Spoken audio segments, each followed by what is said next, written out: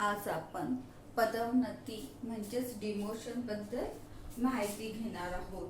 Demotion म्हणजे काय आपल्याला माहिती आहे, ज्यावेळेस कर्मचारी एका पदावर कार्यरत राहत असतो त्यापेक्षा जर त्याला खालच्या पदावर त्याची वरच्या पदावरनं खालच्या पदावर नियुक्ती केली तर त्याला आपण काय म्हणतो, डिमोशन किंवा पदोन्नती असं म्हणत असतो. म्हणजे पदावरनं खाली आणणं म्हणजे पदोन्नती, डिमोशन. ज्यावेळेस कर्मचारी आहे त्या पदावर कार्य करण्यासाठी सक्षम नसतो, त्या पदावरच्या जबाबदाऱ्या तो योग्य पद्धतीने पार पाडू शकत नाही, अशा वेळेस कर्मचाऱ्याचं डिमोशन केल्या जात असतं.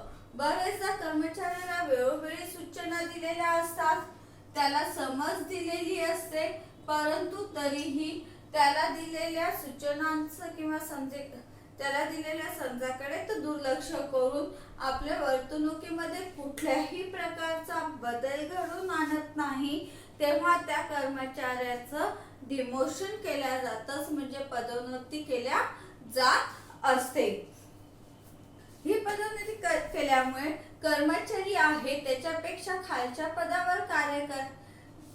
पदावर नियुक्त केल्या जात असल्यामुळे कर्मचाऱ्याच्या वेतनामध्ये घट होते, वेतन कमी होतं, त्याचबरोबर त्याच्या जबाबदाऱ्या देखील मोठ्या प्रमाणात कमी होत असतात. पदोन्नती करत असताना कर्मचाऱ्यामध्ये जर पुरेशी गुण आहे, त्या पदावर आवश्यक असलेली पुरेशी गुणवत्ता त्याच्यामध्ये नसेल किंवा योग्यता नसेल तर त्या व्यक्तीचं डिमोशन केल्या जात असते. पहिल्यांदा बरेचदा काय होतं की कर्मचाऱ्यांना बढती दिल्या जाते, त्याचं प्रमोशन केल्या जातं, त्याला नवीन पद दिल्या जातं, नवीन जबाबदाऱ्या दिल्या जातात, परंतु कालांतराने असं लक्षात येतं की नवीन दिलेल्या जबाबदाऱ्या किंवा पद हा कर्मचारी सक्षमपणे त्या पदावरच्या जबाबदाऱ्या सक्षमपणे पार पाडू शकत नाही. मग त्याची काय केल्या जाते, पदोन्नती केल्या जाते, त्याला डिमोशन दिल्या जात असते. त्यानंतरच दुसरं महत्वाचं कार्य म्हणजे काही कारणास्तव श्रमशक्ती कमी केल्यास, श्रमशक्ती कमी करायची असल्यास कर्मचाऱ्यांचं डिमोशन केल्या जात असतं. जसं आपण बघतोय सध्याच्या परिस्थितीमध्ये आपण रोज ऐकतो की एवढ्या लाख लोकांच्या नोकऱ्या गेलेल्या आहेत, नोकऱ्या मिळत नाहीये, हा भाग वेगळा, परंतु पूर्वीच नोकरीवर असलेल्या लोकांचे देखील काय झालेलं आहे, सद्यस्थितीमध्ये अनेक लोकांना कामावरनं कमी केलेलं आहे. मग आपण असं गृहीत धरूया की एखाद्या कार्यालयामध्ये 1000 कर्मचारी कार्य करत असेल तर या 1000 कर्मचाऱ्यांपैकी आर्थिक याच्यामुळे परिस्थितीमुळे आता सध्याची परिस्थिती आलेली आहे, त्या परिस्थितीमध्ये जर कंपनीला 800 कर्मचाऱ्यांची गरज आहे, म्हणजेच काय झालेलं आहे, कर्मचाऱ्यांना 200 कर्मचाऱ्यांना काय केलेलं आहे, कामावरनं कमी केलेलं आहे, बरोबर आहे ना.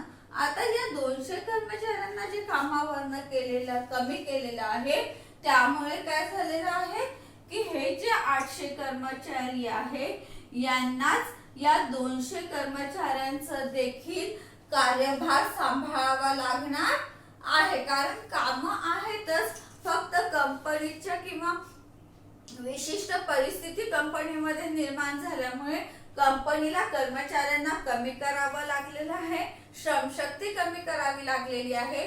मग अशा वेळेस पूर्वीचे जे आधीचे सिनियर कर्मचारी असतील त्यांनाच काय केलं जाणार आहे, या 200 कर्मचाऱ्यांचा कार्यभार सोपवला जाणार आहे. म्हणजेच श्रमशक्ती कमी झाल्याबरोबर आधी वरच्या पदावर कार्यरत असलेल्या कर्मचाऱ्यांना खालच्या पदावरील कर्मचाऱ्यांचं काम देखील करावं लागत असतं. साहजिकच खालच्या पदावरच्या कर्मचाऱ्यांचे काम कमी करावं लागल्यामुळे त्यांचं वेतन आणि जबाबदाऱ्या या देखील कमी होत असतात. ही परिस्थिती बरेचदा व्यवसायामध्ये निर्माण होत असते. सध्याच्या स्थितीत आपण बघतोय, कोरोनामुळे आपण म्हणतो अनेक लोकांच्या नोकऱ्या चाललेल्या आहेत. ती हीच परिस्थिती आहे. श्रमशक्ती कमी करायची आहे आणि श्रमशक्ती जर कमी करायची असेल तर उरलेले जे कर्मचारी आहेत त्यांना अतिरिक्त कार्यभार सोपवणं देखील अत्यंत आवश्यक असतं. याला म्हणू आपण कर्मचाऱ्यांचं डिमोशन करणे. त्यानंतरचं महत्वाचं कार्य हे आहे एखाद्या कर्मचाऱ्याची वागणूक. वागणूक योग्य नसेल. तिसरं महत्वाचं म्हणजे वागणूक योग्य नसेल तरीही त्या कर्मचाऱ्याचं डिमोशन केल्या जात असतं. त्याची कार्यपद्धती योग्य नसेल तरीही त्याचं डिमोशन केल्या जात असतं. या दोन्हीही गोष्टीमध्ये सगळ्यात महत्वाची म्हणजे वागणूक. जर एखाद्या कर्मचाऱ्याचं वागणूक त्या पदाला आवश्यक असेल त्याप्रमाणे राहत नसेल, तो योग्य पद्धतीने आपली वागणूक ठेवत नसेल किंवा आपल्या सहकाऱ्यांशी योग्य पद्धतीने वागत नसेल तर त्याचा परिणाम व्यवसायाच्या कार्यक्षमतेवर मोठ्या प्रमाणावर होत असतो. आणि अशा वेळेस या कर्मचाऱ्याला वेळोवेळी समज देऊन सुद्धा जर तो ऐकत नसेल तर अशा वेळेस त्याचं डिमोशन केल्या जातं. त्याला खालच्या पदावर नियुक्त केल्या जात असतं. त्याचप्रमाणे त्याची कार्यपद्धती, एखाद्या कर्मचाऱ्याची कार्य करण्याची पद्धती योग्य नसेल. कार्यपद्धती योग्य म्हणजे काय, तर प्रत्येक ऑफिसचा, प्रत्येक कार्यालयाचा काम करण्याची एक विशिष्ट पद्धत निश्चित झालेली असते आणि तुम्हाला त्या पॅटर्न मध्ये राहूनच कामं करायची असतात. आउटवे जाऊन तुम्हाला ही कामं करता येत नाही. परंतु जर एखादा कर्मचारी कार्य करत असताना तिथल्या नियमांचं, पद्धतीचं पालन करत नसेल, योग्य पद्धतीने तो कार्य करत नसेल, तिथल्या नियमांचं तो सतत उल्लंघन करत असेल तरी देखील त्या कर्मचाऱ्याचं डिमोशन केल्या जातं, त्याची पदोन्नती केल्या जात असते. कारण की एखाद्या कर्मचाऱ्याला जर तुम्ही अशा पद्धतीने कार्य करत असताना सूट दिली तर काय होईल, बाकीचे कर्मचारी देखील तशाच पद्धतीचं वर्तन करू शकतात आणि जर अशी परिस्थिती निर्माण झाली तर कार्यालयामध्ये कुठल्याही प्रकारचं शिस्तीचं वातावरण राहणार नाही आणि ज्या उद्देशाने तो व्यवसाय सुरू केलेला आहे, जी कार्य पार पाडायला पाहिजे आहेत, तो विशिष्ट उद्दिष्ट सफल होणार नाही, त्याचे रिझल्ट्स भेटणार नाही. असं होऊ नये म्हणून त्या कर्मचाऱ्याची वागणूक आणि कार्यपद्धती जर योग्य नसेल तर त्याला त्या पदावरनं खालच्या पदावर नियुक्त केल्या जात असतं. त्यानंतरचा महत्वाचा मुद्दा आहे कर्मचाऱ्याचा व्यवहार आक्षेपार्ह असेल तर.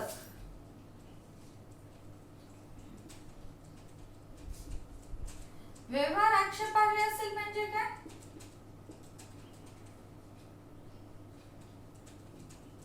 जर एखादा कर्मचारी योग्य पद्धतीने वागत नसेल आणि तो त्याची काम करण्याची पद्धत चुकीची असेल असं नाही, परंतु त्याचं जसं आपण म्हणतो की व्यवहार, जसं तो आपण काय म्हणू शकतो, त्याला तो लाच खातो आहे, तो कोणाकडनं काम करून घेण्यासाठी पैसे घेतो आहे, तो कुठलं तरी त्याच्याकडनं काम करून घेत असताना, त्याचं समोरच्या व्यक्तीचं काम करून घेत असताना त्याच्याकडनं गिफ्ट घेत असेल किंवा एखाद्या व्यक्तीचं काम करून देत असताना त्याला त्रास देत असेल तर त्याची ही वागणूक कशी राहील, आक्षेप घेण्यासारखी राहणार आहे. त्याच्यावर ऑब्जेक्शन घेतलं जाणार आहे की त्याची ही वागणूक बरोबर नाही.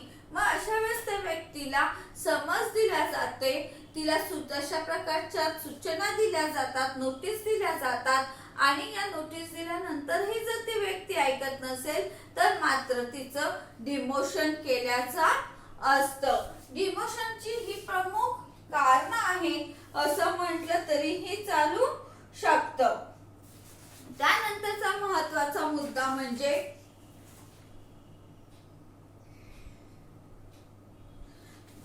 ज्यावेळेस पदोन्नती केल्या जाते त्यावेळेस तर त्याचं धोरण हे निश्चित असलं पाहिजे. म्हणजे कुठल्या कारणासाठी कर्मचाऱ्यांना वरच्या पदावरून खालच्या पदावर नियुक्त केले जाणार आहे याची निश्चित माहिती किंवा निश्चित धोरण असणं आवश्यक आहे. त्याचबरोबर कर्मचाऱ्यांना सुद्धा त्याची कारणे माहीत असणं आवश्यक आहे, त्याचे नियम माहीत असणं आवश्यक आहे. कर्मचाऱ्यांना स्पष्टपणे सूचना मिळाव्यास हव्या की कुठल्या कारणामुळे त्यांचं डिमोशन होऊ शकतं याबद्दलची कल्पना प्रत्येक कर्मचाऱ्याला असावयास हवी. त्याचसोबत ज्यावेळेस एखाद्या व्यक्तीचं डिमोशन केलं जातं त्यावेळेस त्या व्यक्तीवर जे काही आरोप ठेवले जातात हे आरोप स्पष्टपणे ठेवलेले असावे. हे त्याच्यावरचे जे कारणे आहेत ही कारणे निश्चित स्वरूपाची असायला पाहिजे. आणि हे आरोप ठेवल्यानंतर समोरच्या कर्मचाऱ्याला स्पष्टीकरण देण्यासाठी पुरेसा वेळ देखील देणं अत्यंत आवश्यक आहे. कर्मचाऱ्यांना निश्चितपणे स्वतःचं जे काही स्पष्टीकरण असेल हे स्पष्टीकरण देण्यासाठी त्याला ठराविक वेळ त्याला स्पष्टीकरण देण्यासाठी वेळ देणं आवश्यक आहे. त्याला आपली बाजू मांडण्यासाठी योग्य वेळ देणं अत्यंत आवश्यक आहे. त्याचबरोबर त्या कर्मचाऱ्यावर जे काही आरोप करण्यात आलेले आहे या आरोपांची योग्य चौकशी होणे देखील आवश्यकता आहे. म्हणजे जोपर्यंत आरोपांची चौकशी होत नाही तोपर्यंत तुम्हाला समोरच्या व्यक्तीचं डिमोशन करता येणार नाही. जसं एखाद्या कर्मचाऱ्याला म्हटलेलं आहे की तो त्याचं कार्य व्यवस्थित पद्धतीने करत नाहीये, तो कामामध्ये टाळाटाळ करत आहे, त्याला याबद्दलच्या सूचना दिल्यानंतर एका समितीची नियुक्ती केल्या जाईल आणि त्या समितीला हे सिद्ध म्हणजे याबद्दलची चौकशी करावी लागेल की खरोखरच हा कर्मचारी अकार्यक्षम आहे, तो आपलं कार्य योग्य पद्धतीने करू शकतो की नाही याबद्दलची ही समिती काय करेल, चौकशी करेल. ही समिती निपक्षपाती चौकशी करते आणि ती आपला अहवाल देते. हा अहवाल दिल्यानंतर समोरच्या कर्मचाऱ्याला जर बाजूने म्हणजे तो खरोखरच कामचुकारपणे काम करत असेल, आपल्या कामामध्ये टाळाटाळ करत असेल, त्याची कार्यक्षमता तो योग्य कार्यक्षमतेने काम करत नसेल, त्याची वर्तणूक चांगली नसेल, तर याच्यामधले जर काही या सगळ्यांपैकी एकही आरोप जर सिद्ध झाला तर त्या कर्मचाऱ्याला तशी नोटीस दिल्या जाते. नोटीस दिल्यानंतर तो कर्मचारी काय करेल, त्याला वेळ दिला जातो की 7 दिवसाच्या तुम्हाला स्पष्टीकरण द्यायचे आहे आणि मग त्यानंतर तो कर्मचारी त्याच्यावर जे काही आरोप ठेवलेले असेल त्या आरोपांना काय करेल, विखंडन करेल. म्हणजे तो आरोप जर त्याला नाकारायचे असेल तर तो तसं स्पष्टीकरण देईल की हे आरोप कशा पद्धतीचे चुकीचे आहेत हे त्याला सिद्ध करावं लागणार आहे. त्याला त्याच्यासाठी वेळ दिला जातो आणि त्याने दिलेले कारण किंवा स्पष्टीकरण जर मग अधिकाऱ्यांना पटले नाही, ते चुकीचे वाटत असतील तर मग त्या कर्मचाऱ्याचं काय केलं जात असतं, डिमोशन केल्या जात असतं. पण त्याच्यासाठी त्या कर्मचाऱ्याला सगळ्यात महत्त्वाची गोष्ट म्हणजे कर्मचाऱ्याला वेळ देणं अत्यंत आवश्यक आहे. आता आपण बघूया पदोन्नती आणि प्रमोशन आणि डिमोशन याच्यामधला फरक, बढती आणि पदोन्नती याच्यामधला फरक बघू. बढती आणि पदोन्नती याच्यामधला फरक आपण बघणार आहोत. बढती म्हणजे काय, तर सगळ्यात पहिला म्हणजे इथे तुमची वरच्या जागेवर नियुक्ती होते, वरच्या जागेवर नियुक्ती होते. तर पदोन्नतीमध्ये तुमची नियुक्ती खालच्या जागेवर होते.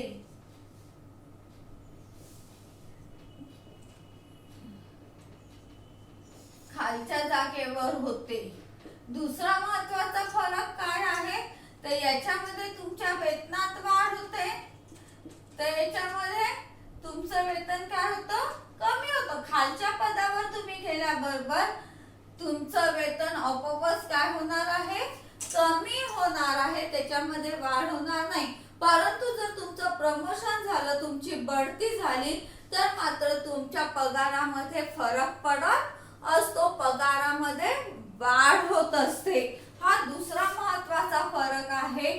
तिसरा महत्वाचा फरक म्हणजे याच्यामध्ये जबाबदाऱ्या वाढतात,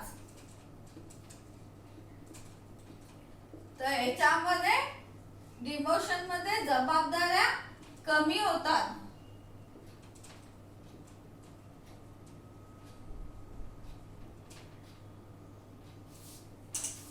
ज्यावेळेस आपण वरच्या पदावर जात असतो, वरच्या पदावर कार्य करायला लागतो, तेव्हा त्या पदासोबतच तुम्हाला जे काही अधिकार भेटतात त्या अधिकारांसोबतच तुमच्या जबाबदाऱ्या देखील वाढत असतात. तर तुमचं डिमोशन झालं म्हणजे वरच्या पदावरनं ज्यावेळेस तुम्ही खालच्या पदावर कार्यरत होता त्यावेळेस तुमच्या जबाबदाऱ्या देखील कमी होतात, तुमचे अधिकार देखील कमी होत असतात. त्याचबरोबर यामध्ये तुमची प्रतिष्ठा वाढते. प्रमोशन झाल्याबरोबर तुमची प्रतिष्ठा आपोआप वाढते. परंतु जर तुमचं डिमोशन झालं, पदोन्नती झाली, तर तुमची प्रतिष्ठा आपोआपच काय होते कमी होते. कारण की पदोन्नती करणं म्हणजे वरच्या पदावरून खालच्या पदावर नियुक्त केलं म्हणजेच ती काय झाली एक प्रकारची तुम्हाला शिक्षा झालेली आहे. आणि शिक्षा होणं हे कधीही प्रतिष्ठेचं लक्षण असू शकत नाही. इथे तुमचा मान सन्मान वाढलेला आहे, तर इथे तुमचा मान सन्मान काय झालेला आहे कमी झालेला आहे. बढतीमुळे कर्मचाऱ्यांच्या सगळ्याच गोष्टींमध्ये त्यांची मानसिकता वाढते, त्यांची कार्यक्षमता वाढते, जबाबदाऱ्या वाढतात, पगार वाढतो, अधिकार वाढतो. परंतु पदोन्नती म्हणजे डिमोशनमुळे कर्मचारी खालच्या पदावर जातो, त्याचे अधिकार कमी होतात, जबाबदाऱ्या कमी होतात, त्याचं वेतन कमी होतं, त्याची प्रतिष्ठा कमी होते. इतके हा प्रामुख्याने या दोन गोष्टींमधला काय आहे फरक आहे. पेपर मध्ये आपल्याला फरक स्पष्ट करा मध्ये हा प्रश्न विचारला जाऊ शकतो की प्रमोशन आणि डिमोशन मधील फरक स्पष्ट करा, बढती आणि पदोन्नती मधील फरक स्पष्ट करा. पदोन्नती म्हणजे काय कर्मचाऱ्यांना खालच्या पदावर नियुक्त करणे होय. ही एक प्रकारची काय असते त्या कर्मचाऱ्याला केलेली शिक्षा असते किंवा त्याच्यावर केलेली ती कार्यवाही असते.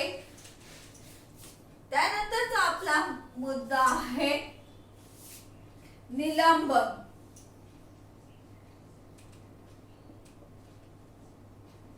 त्यानंतरचा मुद्दा आहे निलंबन. निलंबन म्हणजे काय? ज्यावेळेस एखादा कर्मचारी सतत गैरवर्तन करत असतो, दिलेल्या सूचनांचे पालन करत नाही, गैरवर्तन करतो, सूचनांचे पालन करत नाही,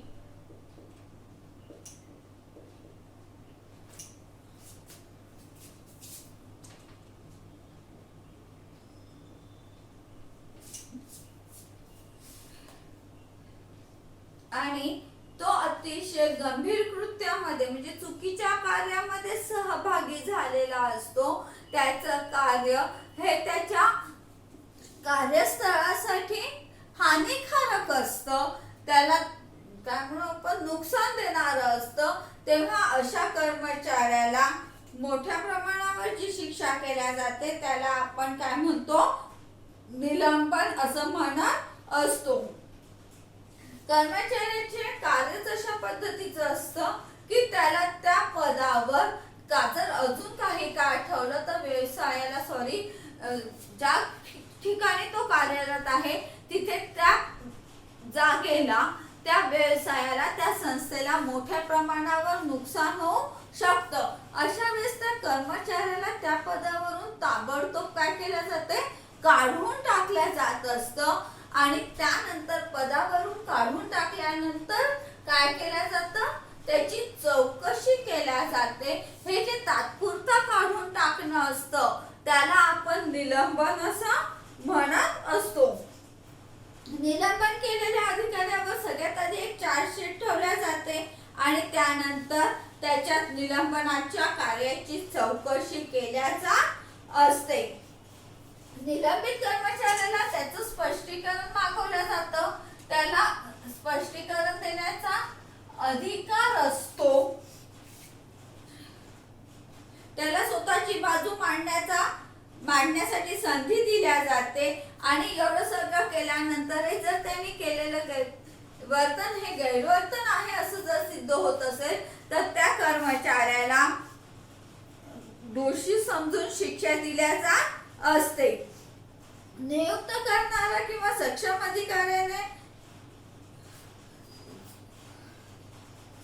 अधिकारी एका विशिष्ट परिस्थितीमध्ये कर्मचाऱ्यांना निलंबित करू शकतो. सगळ्यात पहिला म्हणजे शिस्तभंगाची कारवाई सुरू होणार आहे किंवा तशी कारवाई प्रलंबित असेल व त्यातून ठळक शिक्षा होण्याची शक्यता असेल तर त्याचं निलंबन केल्या जात असतं. हे पहिलं आहे शिस्तभंगाची कार्यवाही.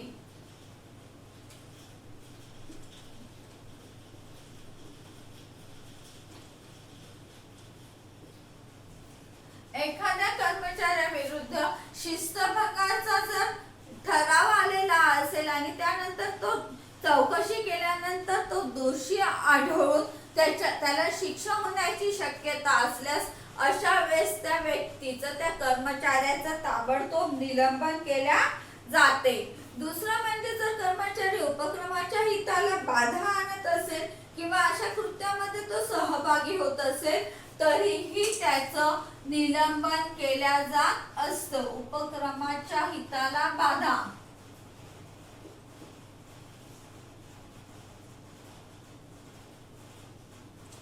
तिसरं महत्वाचं म्हणजे कर्मचाऱ्याविरुद्ध फौजदारी स्वरूपाचा गुन्हा दाखल झाला असेल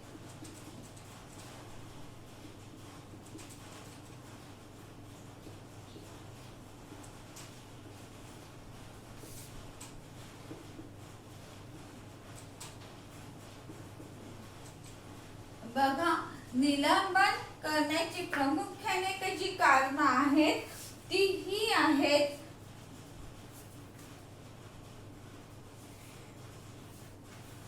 पहिला म्हणजे शिस्तभंगाची कार्यवाही असेल, उपक्रमाच्या हिताला बाधा होत असेल किंवा फौजदारी स्वरूपाचा गुन्हा त्या कर्मचाऱ्यावर दाखल झालेला असेल. आता सगळ्यात आधी आपण हे समजून घेऊया की निलंबन म्हणजे काय. तर त्या कर्मचाऱ्याला कायम स्वरूपात कामावरनं काढलेलं नसतं तर त्याला तात्पुरता त्या पदावरून काय केलेलं असतं, काढून टाकलेलं असतं. कारण की ज्यावेळेस एखाद्या कर्मचाऱ्याच्या विरुद्ध गंभीर स्वरूपाचे आरोप ठेवल्या जात असतात आणि या आरोपांची चौकशी केल्या जात असते, अशा वेळेस जर तो कर्मचारी त्याच कार्यालयामध्ये कार्यरत असेल तर या चौकशीसाठी तो बाधा आणू शकतो, तो वेळोवेळी अडचणी निर्माण करू शकतो. हे सगळ्यात पहिलं कारण आहे की कर्मचाऱ्याला निलंबित केलं जातं. याच्यामध्ये महत्वाचं काय आहे तर त्याच्यावर गंभीर स्वरूपाचे आरोप असतील. मग हे गंभीर स्वरूपाचे आरोप म्हणजे त्याच्यावर कुठेतरी फौजदारी असेल, फौजदारी खटला सुरू असेल किंवा त्या गुन्ह्यामध्ये, फौजदारी स्वरूपाच्या गुन्ह्यामध्ये तो सहभागी झाला आहे अशी शंका येत असेल किंवा तो जे कार्य करत आहे त्याच्यामुळे उपक्रमाच्या हिताला बाधा पोहोचत असेल तरी देखील त्या कर्मचाऱ्याचं सर्वात पहिल्यांदा निलंबन केल्या जात असतं. कारण की जर तो त्याच चौकशी सुरू आहे आणि तो त्याच संस्थेमध्ये कार्यरत असेल तर काय होणार आहे, तो एक तर तिथे त्याचे जे काही कागदपत्र आहेत, त्याने केलेल्या कार्याचा जो काही पुरावा त्या ऑफिस मध्ये असेल, कार्यालयामध्ये असेल, तो नष्ट करण्याचा प्रयत्न करणार आहे. तो महत्वाची कागदपत्र गायब करू शकतो. जी काही समिती नेमलेली आहे त्याच्या चौकशीसाठी, तो त्यांच्या कार्यामध्ये अडथळा आणू शकतो. अशा अनेक प्रकारच्या गोष्टी करून तो स्वतःच्या निलंबनाची कार्यवाही टाळण्याचा प्रयत्न करू शकतो. म्हणून अशा वेळेस त्या कर्मचाऱ्याला त्या कार्यालयामध्ये राहता येऊ नये म्हणून काय केलं जातं, त्याचं निलंबन केलं जातं. म्हणजे तात्पुरत्या स्वरूपामध्ये त्याला त्याच्या कामावरनं काढून ठेवल्या जात असतं.